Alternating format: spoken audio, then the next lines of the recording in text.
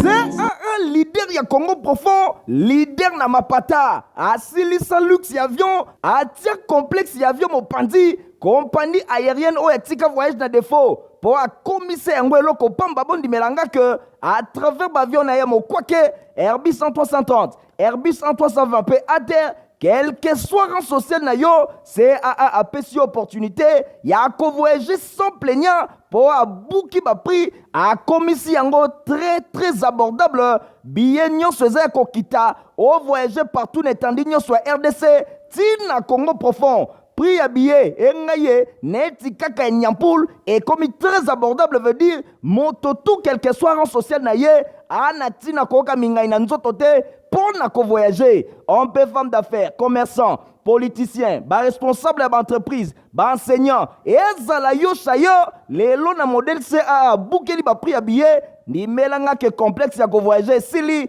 pour a tafouni ba prix, et commis très abordable. CAA a tiré bino les sous 5 fréquences mokoka par semaine, na destination Kinshasa, Goma, Kinshasa, na Airbus 330 na ye, 9 fréquences mokoka par semaine, na destination Kinshasa, Lubumbashi, Kinshasa, en réseau il y a 7 fréquences, na Airbus 330, P2 fréquences na Airbus 320. Et silité, 2 jours par semaine, vol à Kinshasa, Lubumbashi, Kinshasa, et Kobanda Kozala avant midi et après-midi. Ah, CAA, Osaka Boepoa Nini, au commissaire ko voyager na Congo profond, na first class, veut dire première classe, Masolo et Sili, luxe et noblesse ya Nyama, mais na Congo profond, mon côté na terrain, CAA, mfumu ya mapata. Mbote na bino nyonso balandia journal ya peuple pona peuple bozwami na RDC pe na Afrique mobimba to fongolango pona ko sabino que premier ministre Jean-Michel Sama Lukonde a président qui mardi 19 octobre na hôtel Rotana ya Kinshasa ouverture ya ba travaux ya ba états généraux pona ko lutter contre corruption na RDC. Nadina Sona héritier mapinde biba détail. Premier ministre Jean-Michel Sama Lukonde a procédé mardi 19 octobre 2021 à l'hôtel Rotana na Kinshasa na ouverture ya ba travaux ya ba états généraux ya lutte contre la corruption dans la République démocratique du Congo. Na mode d'ouverture na chef ya gouvernement Aslunaki rôle essentiel ou ba magistrat pe ba agent à police judiciaire ba bengami ko jouer na lutte contre fléau oyo ndenge République démocratique du Congo et ko accorder ata pardon mon côté na ba union so bazali ko faciliter ba acte ya corruption topé à détournement ya ba deniers publics. Bosimba kena misala oyo ezalaki organisé na cadre ya mise en œuvre ya projet ya appui ya lutte contre la corruption na RDC. Objectif ezalaki kosala diagnostic complet na état des lieux ya lutte contre la corruption na RDC. Yango identifier ba réforme nyonso pe ba action prioritaire pour na ko amener enfin koluka ko définir ba modalité nyonso ya mise en œuvre pe ya mécanisme ya suivi ya ba réforme oyo ya ba action. Yango ko conduire pour na koza conscience ya ko ravager corruption na vie ya population pe efficacité ya institution oyo esengeli na changement ya mentalité. Pour na kotombola mongongo ministre ya justice pe ya garde so Rose Mutombo ye asalaki aperçu moko ya mokuse ya misala nyonso ya mabe oyo ezali komema corruption ezalaki honneur makasi pona ye azala convié et paye ya chef de l'État Félix Antoine Tshisekedi Tshilombo na occasion ya ouverture ya états généraux ya lutte contre corruption na République démocratique du Congo awa na hôtel Rotana esengeli bosimba ke investiture ya magistrature suprême chef de l'État Félix Antoine Tshisekedi Tshilombo a tombolaki mongongo pona koloba ke lutte contre la corruption ezali cheval de bataille na ye natina wana chef ya gouvernement Jean-Michel Sama Lukonde Kenge présent na ba assise oyo alobi et ko permettre ko boaka regard moko pona ko relever défi moko ya makasi ya ko lutter contre likambo etali corruption lelo ezali nécessaire pona ko sala évaluation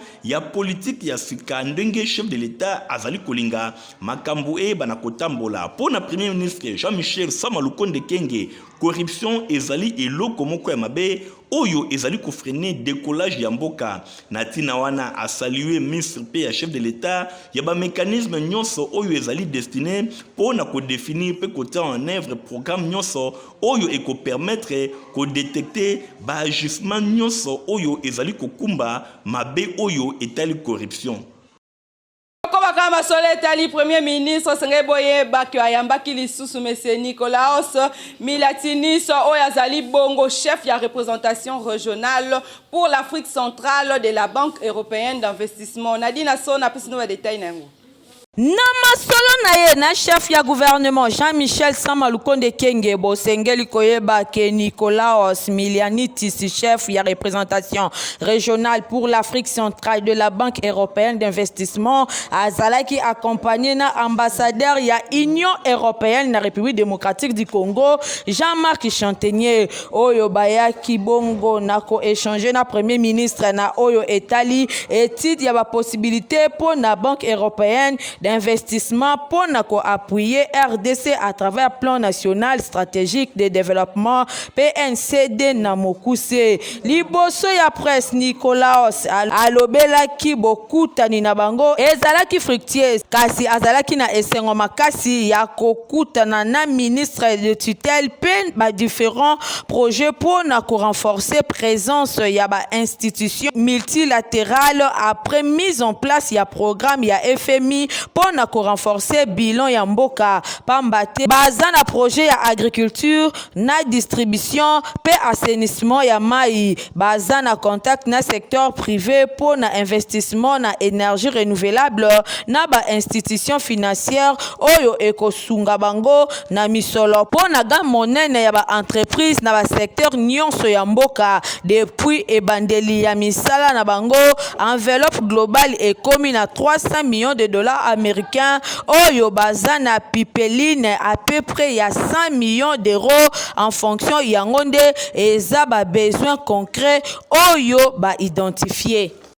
To changer chapitre pour la Sabino que leader ya plateforme la Muka Mwana Mboka Martin Fayulu Madidi asala ki bongo point de presse mardi 19 octobre et pa iwapi asengaki na ba force politique pe sociale bazala bloc moko pour na patriotique pour na kosenga changement ya République démocratique du Congo ba détail na héritier Mapindemi. Un point de presse naye oyo esalemaki mokolo ya mardi 19 octobre 2021, leader ya Lamuka Martin Fayulu Madidi a lancé solennellement appel na ba force politique nyonso pe sociale oyo ba mipesi pona changement baye bana ko constituer grand bloc moko patriotique contre dictature ya président Félix Antoine Tshisekedi Tshilombo. Après coalition ya Lamuka oyo ezalaki dirigé et pas ya engagement pour la citoyenneté et le développement, Martin Fayulu Madidi, président ya parti politique FID et Longona Adolphe Muzitu Bango après marche au basalaki week-end eleki mwana mboka Martin Fayulu a lobby lisusu à partir ya point de presse oyo asalaki pona oyo etali entérinement ya Denis Kadima. Martin Fayulu Madidi amoni yango lokola forcing oyo ezali kosalema na ngambu ya bureau ya Assemblée nationale oyo Christophe Mboso Nkode Mpwanga azali ko diriger. Martin Fayulu Madidi a qualifié topé à comparer yango ndenge moko na ba juge oyo bazalaki nommé na cour constitutionnelle mikoleleki et pas ya chef de l'état Félix Antoine Tshisekedi Tshilombo ye azali ko considérer acte ya Assemblée nationale lokola eloko moko ya mabe boye alobi ezali eloko moko oyo bango bakoki kondima yango soki mokete. Martin Fayulu Madidi asengi investiture ya Denis Kadima eye bana kosalema soki mokete pambate ye azali ko comparer yango lokola ya Ronsard Malonda oyo chef de l'état Félix Antoine Tshisekedi Tshilombo aboyaki ko investir ye natina wana pona ye alobi seni esengeli ezala indépendante, seni esengeli te ezala na influence ba parti politique topé ezala diriger na ba politique natina wana pona kosukisa na point de presse na ye. Martin Fayulu Madidi asengi na ba force politique nyonso topé social oyo ezali accuse au changement baye bana kosala bloc moko ya makasi pona kosala ba grandes actions oyo bako diriger yango mikolo ezali koya bakosala makambo ya minene pona kotelemela dictature oyo ekomi s'installer na mboka pambate amonike nyonso oyo ezali kosalema ezali kaka pona président Félix Antoine Tshisekedi Tshilombo koluka kobatela pouvoir na ye topé kosala fraude na élection oyo ekosalema na 2023 wana ezalaki ba grande ligne ya Martin Fayulu Madidi président ya SID oyo alobaki na point de presse na ye ya mokolo ya mardi 19 octobre. Information mosusu esengeli boyeba ke première dame de la République Denise Nyakero Tshisekedi akitaki week-end eleki na 37e communauté KDC pour na assister na deuxième édition ya intercession ya ba femme na thème jusqu'à ce que viendra le salut. Stéphane Skande, Nadine Asona, Nathalie Kaila Kapenda ba détail. Natem titangu salut ya République démocratique du Congo et komoni samande ba femme ya 37e communauté des assemblées de Dieu ba intercéda qui en faveur ya République démocratique du Congo pour la deuxième édition ya journée d'intercession présente na prière oyo épouse ya chef de l'État exhorta ki ba maman na livre zala qui tiré na Exode chapitre 17 verset 8 à 13 Denise Nyakero Tshisekedi asengi na ba maman ba intercéder mbala na mbala pona mboka pe lisusu pona chef de l'État Félix Antoine Tshisekedi Tshilombo pamba te na prière nde bakoki kozwa elonga tope victoire. Denise Nyakero Tshisekedi a recommandé na basi batiaka mabolongo na se pe maboko likolo epai ya Nzambe lokola Moïse na ngomba pona kolonga na bitumba oyo asengi na bango ba soutenir chef de l'État.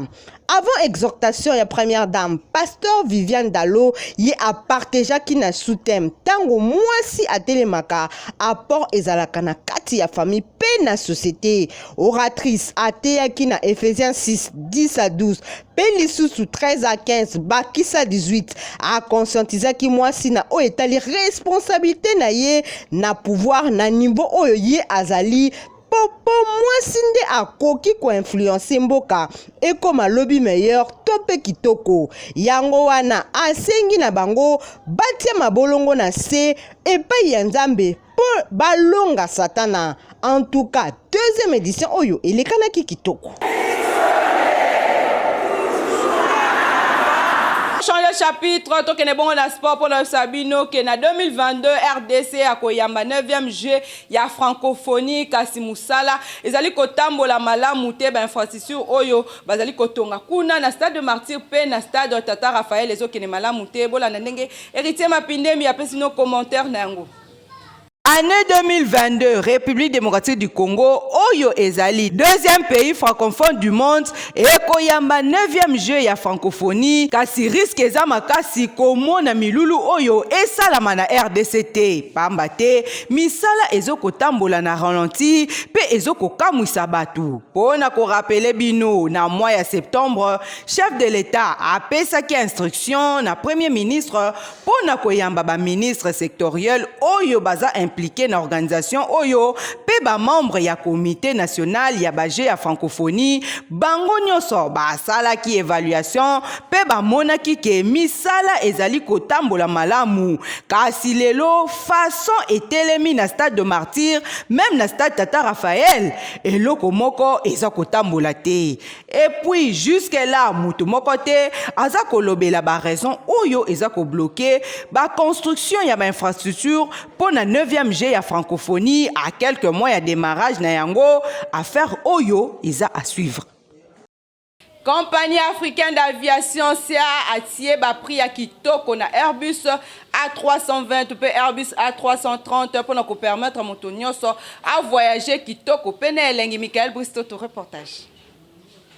C'est un leader ya Congo profond, leader na mapata, asilisa luxe ya avion, atia complexe ya avion mopandi, compagnie aérienne o etika voyage na défaut, pour a commissaire yango eloko pamba bondi melanga que à travers l'avion na ya mokwake Airbus A330, Airbus A320 pe ATR, quel que soit rang social na yo, CAA a pesi opportunité, ya ko voyager sans plaignant pour a bouki ba prix a commissi yango très abordable. Billet nyonso eza ko kita o voyager partout n'étendue nyonso RDC, tina Congo profond. Prix à billet, engaye, neti kaka nyampoul, et comme très abordable veut dire, moto tout quel que soit rang social na ye, anatina koka mingai na nzoto te, pour na ko voyager. On peut femme d'affaires, commerçant, politicien, ba responsable d'entreprise, ba enseignant, et ezala yo chayo, lelo na modèle CA, boukeli ba prix à billet, ni melanga que complexe ya ko voyager, sili, pour a tafouni ba prix, et commis très abordable. CAA a tiré bino les sous 5 fréquences mokoka par semaine, na destination ya Kinshasa Goma Kinshasa na Airbus 330 na ye 9 fréquences mokoka par semaine na destination ya Kinshasa Lubumbashi Kinshasa en raison ya 7 fréquences na Airbus 330 P2 fréquences na Airbus A320 et silité 2 jours par semaine bavol ya Kinshasa Lubumbashi Kinshasa et kobanda kozala avant midi pe après midi. Ah, CAA, Osaka Boepoa Nini. Au commissaire dit qu'on voyageait dans Congo profond. Na first class, veut dire première classe, Masolo et Sili. Luxe et noblesse ya Nyama, mais na Congo profond. Mon côté na terrain. CAA, Mfumu ya Mapata. On a ko maximiser ba chance na bino na DV loterie boleka mbangu na cyber Eric pe na ba extension na bango eza awa na République démocratique du Congo boko beta mbala moko bo gagner Nathalie Kaila Kapenda to mwabi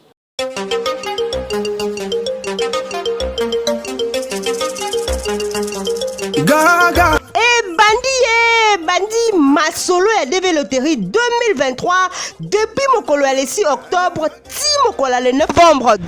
2021 Oreva Kamboka ya Oncle Sam ndeko yokanga bien obeta masolo ya DV loterie esika mosusu ozwa solution te mwana kin kobuka na te esika ya koparticiper na masolo ya DV loterie édition 2023 eza kaka na cyber Eric topé na agence Eric Travel ya le jeune lion leader Mokondi Bakisela ambassadeur ya développement coach Eric Mwamba azawana pona bino yokandeko awa babetaka DV loterie selon ba norme oyo bazali kosenga na Kinshasa pe na République démocratique du Congo mobimba kaka awa nde na cyber Eric batimbela masolo olingi obebisa mbongo na yote coach le jeune lion ADG Eric Mwamba azali kozela yo awa prise en charge eza très rassuré ndeko bondi melanga ke na cyber Eric topé na agence d'Eric ezali na yango biganya année passée plus de 1500 gagnants bino moko bomoni ba passeport na ba visa na bango bazali kokende bongo na mboka Oncle Sam misusu kutu déjà bakoma na cyber Eric topé na agence Eric prise en charge wana kutu balobelaka yango lisusu te ye moko ADG Eric Mwamba accompagnaka bango inde famille d'accueil eza wana ezali kozela bino maboko ya kofungama oyoki ndeko na $5 ya pamba beta DV loterie soki okomema libota na mobimba kaka yo moko soki pe ozali na passeport yaka na yango po ezali condition oyo bapesi bino na ba agence d'Eric pe na cyber Eric na kosa bino te matériel ya qualité pe ba professionnel nde ba vandeli yango biganya cyber Eric ya le coach le jeune lion Eric Mwamba botu nanga soki bokozwa bango wapi Eric Travel na 11e rue limité industriel oleki INPP opusani muke na masina sans fil na boulevard Lumumba en face ya robot roulage na Kalamu mona bango na avenue Victoire A3 mosika te na district ya la police na Kitambo magasin entre Facebook na WhatsApp Eric Travel na cyber Eric baza likolo na masolo o etali DV loterie Mokondi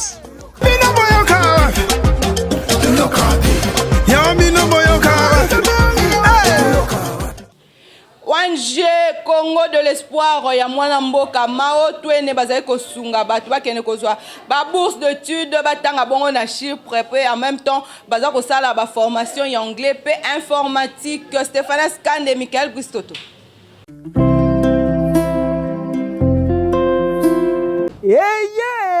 ONG de Congo de l'espoir ya mwana mboka le président Maontwene eye libino makambo bolinga kadi otuninga eza nini Congo de l'espoir ememeli bino opportunité to libaku ya kokende kotenga na Chypre pour la nouvelle année académique 2021-2022 batieli bino ba bourse d'études ya kaka na passeport na yo na ba bulletin ya 4e, 5e pe 6e des humanités na 2 semaines ya pamba oyoki 2 semaines ya pamba ozwi visa na yo kitoko opesi Kinshasa na pipo biso ONG Congo de l'espoir tolobi toza mieux placé mpona kofacilite bino badémarche na courte durée na 2 semaines ya pamba olonge Kinshasa okei kotanga na Chypre. esili te tellement soucieuse ya instruction ya bana mboka ONG de Congo de l'Espoir etieli bino mobange na salle informatique avec zamba ya bamashine théorie na pratique nyonso eza kotambola elongo kasi yoka tolengeli mpe baformation ya langue informatique na baye nyonso oyo balingi koyekola epa na biso nyonso eza ofele. Merci beaucoup.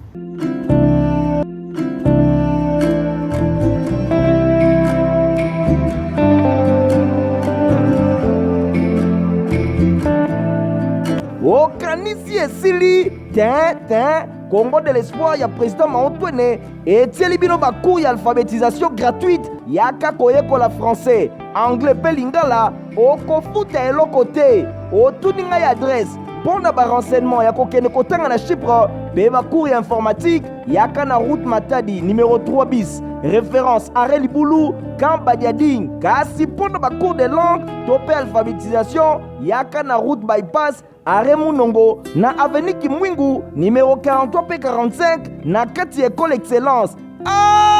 Congo de l'Espoir, président Maotwene balobi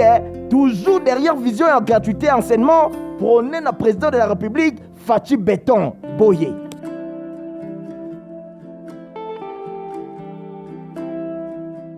esika ya kozwa basapatu ya kitoko ya kanda ya mokwake mobange eza bongo na 7e rue Lumete epai ya Papa Griffe Igontingi mpe Héritier Mapinde. baye nyonso basepelaka na basapatu ya kitoko basandali ya kitoko oyo ezali poso ya nyama bakwiri ya ndenge na ndenge oyo ekuba esika eza kaka se moko na place commerciale na 7e rue Limité epai wapi Papa Griffe sa père d'état azali kosala mikoto ya malonga oyo ekuba boye esengeli kaka te kolulaka oyo ezali kouta na mikili ya bapaya na mboka na biso République démocratique du Congo toza pe na batu bazali capable ya kolatisa bana mboka na biloko ya malonga ndenge Papa Griffe sa père d'état ye azali kosala biloko oyo ekuba rien envié na oyo ezali kouta na mikili ya bapaya yango oyo ezali kosalema okiti kaka na 7e rue na commune ya Limete na place commerciale omoni mbala moko Papa Griffe otali ofungoli monoko la musala maboko. Voilà pourquoi Papa Griffe sa père d'état coordonné un frère na boulot ya Jimmy Winston na beti mbunda pona nini client nyonso aye awa azanga koloba teke bakongole bamitema mabe azanga koloba teke bakonza mboka bamitema mabe botunanga pona nini botana ba œuvre artistique oyoyo souci ya Papa Griffe ezalaka nini chinois bapetio na bachinois bakolatisa biso te soki babi na karateka oui mais na ndenge pena ya makambo forme population congolaise ntango azolata babora bachinois baturk et ça la mawa trop même na bawara mais souci ezali population là ta vrai mais ba autorité mboka bazo comprendre te ezo ça la souci à trop imaginez bino moko tala neti babiloko o na lati awa mundela auta na mboka na aya sombi akenango mais na mboka na biso batu bazo somba ebele mais ezo koka kolati sa population nyonso tout. Donc on a sengi na bakonza mboka président de la République premier ministre ya primature ndeko na biso sama oza jeune donc bomekana kosolola entre bino na bino conseil des ministres bobetana lisolo ya Papa Griffe sa père d'état